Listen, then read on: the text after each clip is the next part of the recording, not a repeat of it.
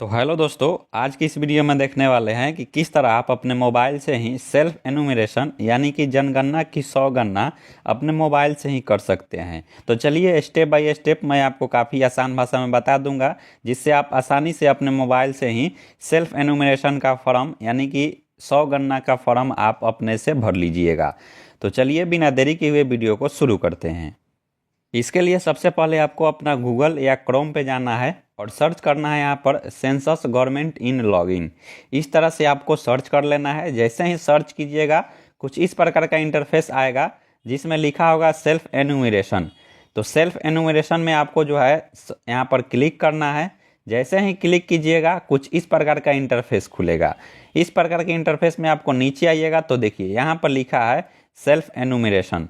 देखिए यहाँ पर लिखा है सेल्फ एनुमरेशन लॉगिन। तो इस पर आपको जो है क्या करना है, अब यहाँ से आपका स्टेट पूछा जा रहा है। तो यहाँ पर जैसे ही आप क्लिक कीजिएगा आपका स्टेट का नाम आ जाएगा। जिस भी स्टेट से आप बिलोंग करते हैं उस स्टेट का यहाँ पर चयन कीजिएगा। उसके बाद यहाँ पर आपको कैप्चा फिल करना है। तो चलिए यहाँ पर हम कैप्चा फिल कर देते हैं। तो आप कैप्चा फिल कर लीजिए। उसके बाद यहाँ पर है देखिए यहाँ पर वेरीफाई प्रोसीड, तो इस पर आपको क्लिक करना है। तो इस पर जैसे ही क्लिक कीजिएगा कुछ इस प्रकार का इंटरफेस आएगा। इस प्रकार के इंटरफेस में आपको क्या करना है, नीचे आना है और नीचे आने के बाद यहाँ पर आपको ओके वाले बटन पर क्लिक कर देना है। जैसे ही ओके वाले बटन पर क्लिक कीजिएगा आपसे यहाँ पर आपका जो name of head of house holder यानी कि परिवार के मुखिया का नाम पूछेगा। यहाँ पर अपना भी नाम दे सकते हैं या परिवार के किसी भी बड़े सदस्य हैं उनका भी नाम दे सकते हैं। उसके बाद आपको अपना मोबाइल नंबर भरना है। ईमेल यहाँ पर ऑप्शनल है, आप भर भी सकते हैं, दे भी सकते हैं, नहीं भी दे सकते हैं। अब आपको क्या करना है, मोबाइल नंबर मुखिया का नाम भरकर वेरीफाई एंड प्रोसीड पर आपको क्लिक कर देना है। तो चलिए यहाँ पर हम कर दे रहे हैं। तो यहाँ पर जैसे ही हमने मोबाइल नंबर मुखिया का नाम डालकर यहाँ पर वेरीफाई एंड प्रोसीड पर किया तो उसके बाद एक OTP आया है। तो चलिए यहाँ पर हम OTP फिल कर देते हैं ओके यहाँ पर लिखकर।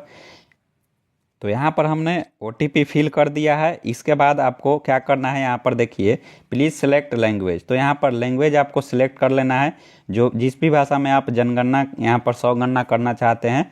और यहाँ पर हमने लैंग्वेज सेलेक्ट कर लिया। उसके बाद यहाँ पर वेरीफाई OTP पर क्लिक कर दिए। तो देखिए जैसे ही वेरीफाई OTP पर क्लिक किए कुछ इस प्रकार का इंटरफेस आ गया। अब यहाँ पर आपको अपना जिला का नाम चुनना है और पिन कोड डालना है।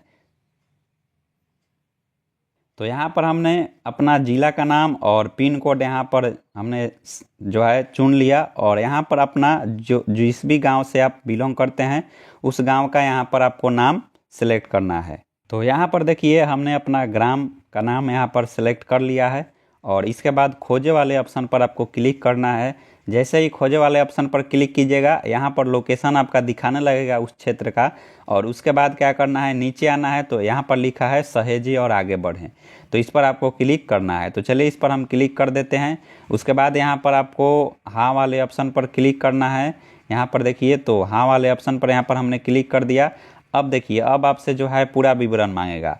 आपका जो मकान है जनगणना मकान के फर्श में प्रयुक्त सामग्री क्या है, वो जो है मिट्टी की बनी है या लकड़ी की बांस की है, जिससे भी बनी है। यहाँ पर बहुत सारे ऑप्शन है, आपको सेलेक्ट कर लेना है। यहाँ पर फिलहाल मैं सीमेंट सेलेक्ट कर लेता हूँ। और जनगणना मकान के दीवार में प्रयुक्त प्रमुख सामग्री, जो मकान का दीवार है वह किससे बना है, तो इसको भी हम सेलेक्ट कर लेते हैं। तो यहाँ पर हम सेलेक्ट कर लेते हैं पक्की ईंट का। तो यहाँ पर हम पक्की ईंट का सेलेक्ट कर लिए। ऐसे ही आपको सभी क्वेश्चन का आंसर देते चलना है। छत में प्रयुक्त सामग्री क्या है, तो छत में जो है यहाँ पर कंक्रीट से है तो कंक्रीट, यहाँ पर सीमेंट से है तो सीमेंट। जनगणना मकान की स्थिति क्या है, तो अच्छी है, तो अच्छी वाले ऑप्शन पर यहाँ पर क्लिक करेंगे। और फिर पूरा पूछा है सहेजें और आगे बढ़ें, तो इस पर हम क्लिक कर देंगे। फिर इसके बाद हाँ करेंगे। इसके बाद तीसरा यहाँ पर खुल जाएगा। अब परिवार में रहने वाले कुल सदस्य की संख्या पूछ रहा है। तो जितने भी सदस्य रहते हैं उन सदस्य को यहाँ पर दे देंगे। परिवार के मुखिया का नाम जो आप पहले से भरे हैं उसका नाम आ जाएगा। परिवार के मुखिया की चुनी हुई नाम यानी कि अब जो है आप जिस भाषा में जनगणना कर रहे हैं उसी भाषा में यहाँ पर परिवार के मुखिया का नाम लिख देना है। उसके बाद क्या करना है, मुखिया के जो है पुरुष है या स्त्री है उसको यहाँ पर चूज कर लेना है और यहाँ पर अपना जाति बताना है। देखिए यहाँ पर अगर अनुसूचित जाति से हैं तो यहाँ पर ये वाला फिल करेंगे और अनुसूचित जनजाति से हैं तो ये वाला। इसके अलावा अगर आप कोई भी जाति से हैं तो आपको अन्य सेलेक्ट करना है। और इसके बाद मकान के स्वामित्व की स्थिति, यानी कि मकान अपना है या किराया पर है, अपना है तो ये वाले ऑप्शन क्लिक करेंगे। और रहने योग्य कमरों की संख्या, कितना कमरा है मकान में ये आपको दिखाना है।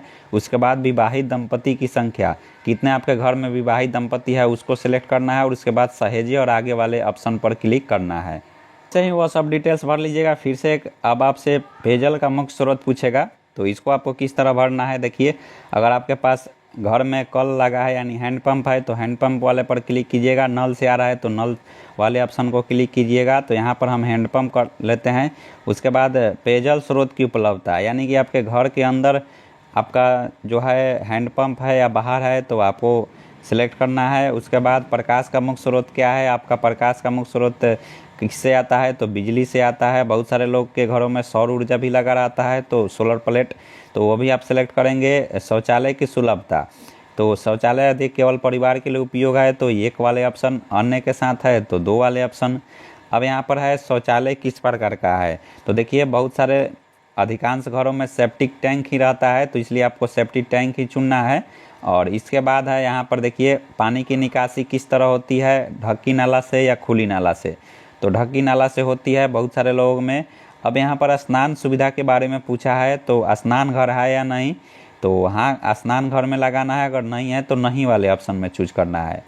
यहाँ पर रसोई घर में खाना किससे पकता है, एलपीजी कनेक्शन, गैस कनेक्शन है या नहीं, इसको भरना है। यहाँ पर घर के बाहर, यहाँ पर अब आपको कुछ नहीं करना है। खाना पकाने के लिए क्या किस चीज़ का उपयोग होता है, ये तो एलपीजी होता है। बहुत सारे लोगों के घर में अभी भी यहाँ पर लकड़ी से होता है तो वह अपना सेलेक्ट करेंगे। अब सहेजे और आगे बढ़े वाले ऑप्शन पर क्लिक कर देना है। तो यहाँ पर जैसे ही क्लिक कीजिएगा अब लास्ट वाला ऑप्शन यहाँ पर शुरू हो चुका है। और यहाँ पर पूछा है कि रेडियो है या नहीं, आपके घर में रेडियो है या नहीं, तो परंपरागत रेडियो सेट जो पहले वाले जो रेडियो थे वह है या नहीं, या मोबाइल में चलाते हैं तो मोबाइल वाले सेलेक्ट कीजिए।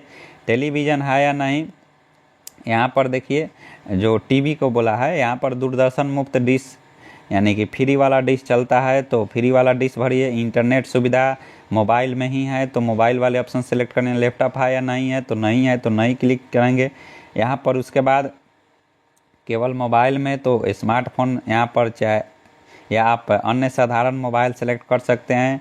स्कूटर मोटरसाइकिल है या नहीं वो सेलेक्ट कर सकते हैं। कार जीप वैन है या नहीं, नहीं है तो नहीं सेलेक्ट कीजिए। परिवार द्वारा उपयोग किए जाने वाले मुख्य अनाज, सबसे ज़्यादा आपके परिवार में कौन सा अनाज खाया जाता है तो चावल सेलेक्ट कर लीजिए आप, जो भी आपको लगे। उसके बाद यहाँ पर मोबाइल नंबर है और उसके बाद सहेजे वाले ऑप्शन पर क्लिक कर देना है। तो जैसे ही इतना कुछ कीजिएगा उसके बाद जो है आपका यहाँ पर पूरा डिटेल्स खुलकर चल आएगा। और इसको आप जैसे ही नीचे आइएगा और यहाँ पर है कि देखिए अगर कोई गलती है तो संशोधन के लिए वापस जाए वाले क्लिक कर सकते हैं, अगर नहीं है तो पुष्टि करें और सबमिट करें। तो इस तरह से आपको सबमिट कर देना है।